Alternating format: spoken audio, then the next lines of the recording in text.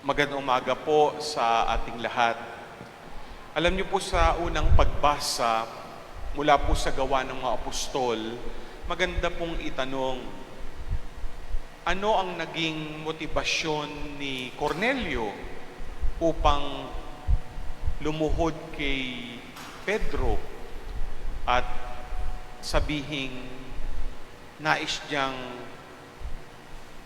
maging Kristiyano, sumunod kay Kristo?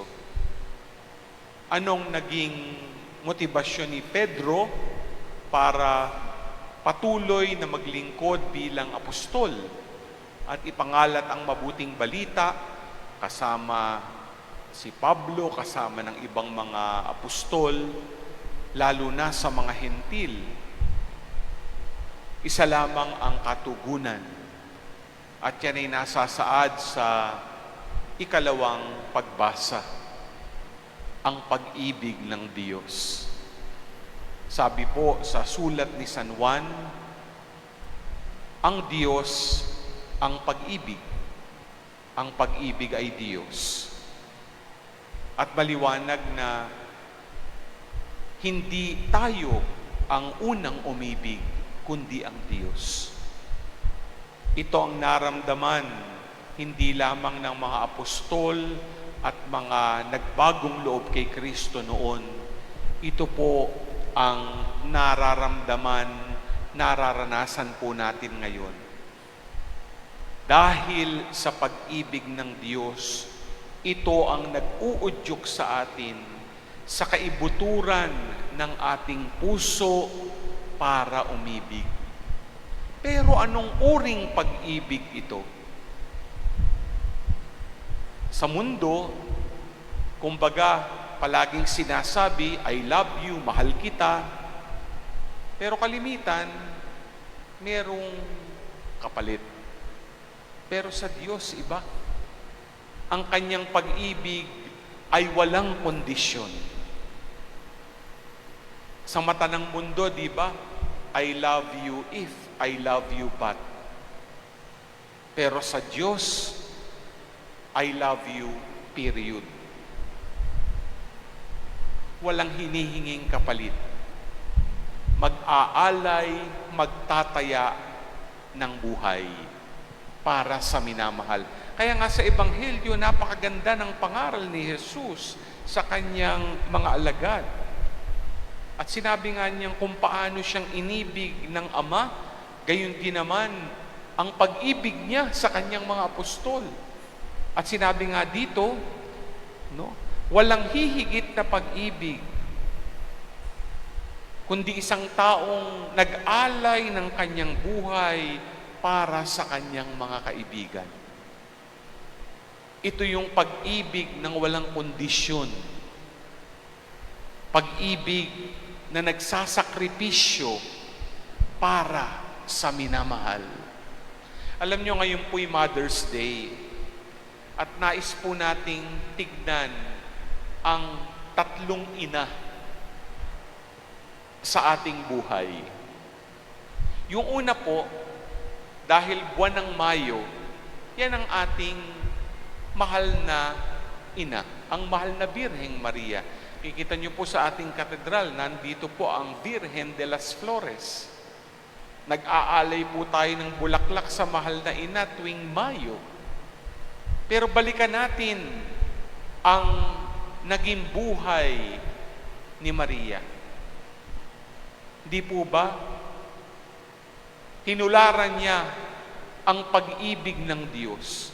Walang kondisyong pag-ibig. Nung tinawag siya para maging ina ni Jesus, may takot pero umuo siya. At yung pag-oo niya, hindi lang oong ningas kugon. Pinatunayan niya sa kapaanan ng krus. Hindi ba? Anong ginawa niya? Nagtago na halos lahat ng apostol. Nandun sa paanan ng krus. Siya tsaka si Juan. Hindi niya iniwanan ang kanyang anak na nakabayubay sa krus. Alam niyang pwedeng may mangyari sa kanya, pero hanggang sa huling hininga, nandun siya. Kaya nga, di ba, isang napaka-popular na larawan ay yung La Pietà. Di ba? Alam niyo yun? Yung si Maria, tangan-tangan sa kanyang kandungan, si Jesus nung ibinaba sa krus. Hindi nang iiwan kailanman ang mahal na ina ng Diyos kahit ngayon sa atin. Tayo po, sa panahon ng pandemya, di ba nagdadasal ng rosaryo? Nagdadasal kay Maria. Dahil alam natin, hindi siya mang-iiwan. Siya'y mamamagitan para sa paghihilom ng mga tinamaan ng COVID-19 at mga nag-aagaw buhay. Siya'y namamagitan para matapos na ang pandemya. Yung ikalawang ina ay ano? Yung Mother Nature.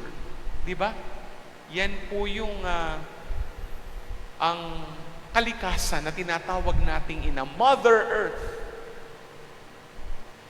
Si Pope Francis nga po sa Laudato Si sinasabi na itong mundo, itong buong kalikasan ng mundo, yan ay ating common home. At tignan natin, no? Ang buong mundo, ang earth, ang kalikasan, wala ding kondisyon nagbibigay sa atin. Pinapakain tayo. Pinapahinga tayo. Kung meron tayong Mother Mary, may Mother Earth din tayo. Na dapat tignan na walang kondisyong sinisiguro na patuloy ang buhay. Siguro naranasan natin yan ngayong pandemya. Tayo, kayo, nakamaskara. Gusto nating walang maskara para makahinga, kundi dala ng COVID-19. Pero alam natin na pinamulat din ng Diyos dala ng sitwasyon ng pandemya na dapat bigyang prioridad ang kalikasan. Pangalagaan ng kalikasan. Ang mga puno, yan nasa gubat. Ang mga tubig sa batis, tubig na ating iniinom, ang hangin. Lahat yan dapat pangalagaan dahil sila ang sumusustina para tayo mabuhay. Siguro ngayon lang natin naunawaan, kung hindi dahil sa pandemya, kailangan i-boost ang immunization system natin. Paano lalakas yan? Kailangan tayong uminom ng maraming tubig, kumain ng maraming gulay at prutas. Saan nagmumula yan? Kay Mother Earth. Nagbibigay ng walang kondisyon para mabuhay sa atin. At yung ikatlong ina, yung mga ina po natin, mga buhay pa, mga pumanaw na. Ang mga nanay, kayo pong mga nanay na naririto. Sabi nga nila, no, kapag ang isang babae, bago manganak, sa pagbubuntis pa lang, yung isang paa daw, nasa hukay na, di ba? Yan ang sinasabi. Pwedeng mamatay ang isang ina sa panganganak. Yung mga labor pains na kanyang talagang dadaanan para sa atin. Pero gagawin pa rin niya para iliwal tayo sa mundo. Nung iniliwal tayo ng ating mga ina sa mundo, walang kondisyong pag-ibig. Pero maganda ding isipin, ang ina, sabi nga nila, most misinterpreted at home. Siyempre, winawasto tayo, ang ina, hindi titigil sa pangangaral. Sabihin natin, napakamadaldal, nagger. Pero alam natin, ang ina natin, simula nung iluwal tayo sa mundo, pinasuso tayo sa mga dibdib nila. Pinalitan ng mga lampin natin. Pinakain tayo. Kumanta para hele-helehan at makatulog tayo. Pag may sakit, kinukumutan tayo at binabantayan. Pag tumanda ang ina, binibigyan din ba natin ng pagkalinga? Inaalala po ba natin kung tayo may mga pamilya na? Tinatawagan man lang ba natin? Kinakamusta?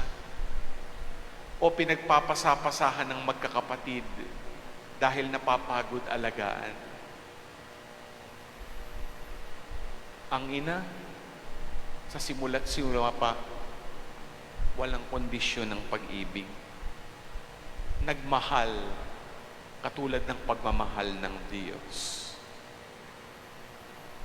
3 ina ngayong Mother's Day. Ang mahal na Birheng Maria, ang ina natin, Mother Nature, kalikasan, ang ating mga ina sa tahanan. Sana po, kung paano nila isinabuhay ang pag-ibig ng walang kondisyon, ganon din tayo. Katulad ng pag-ibig ng Diyos.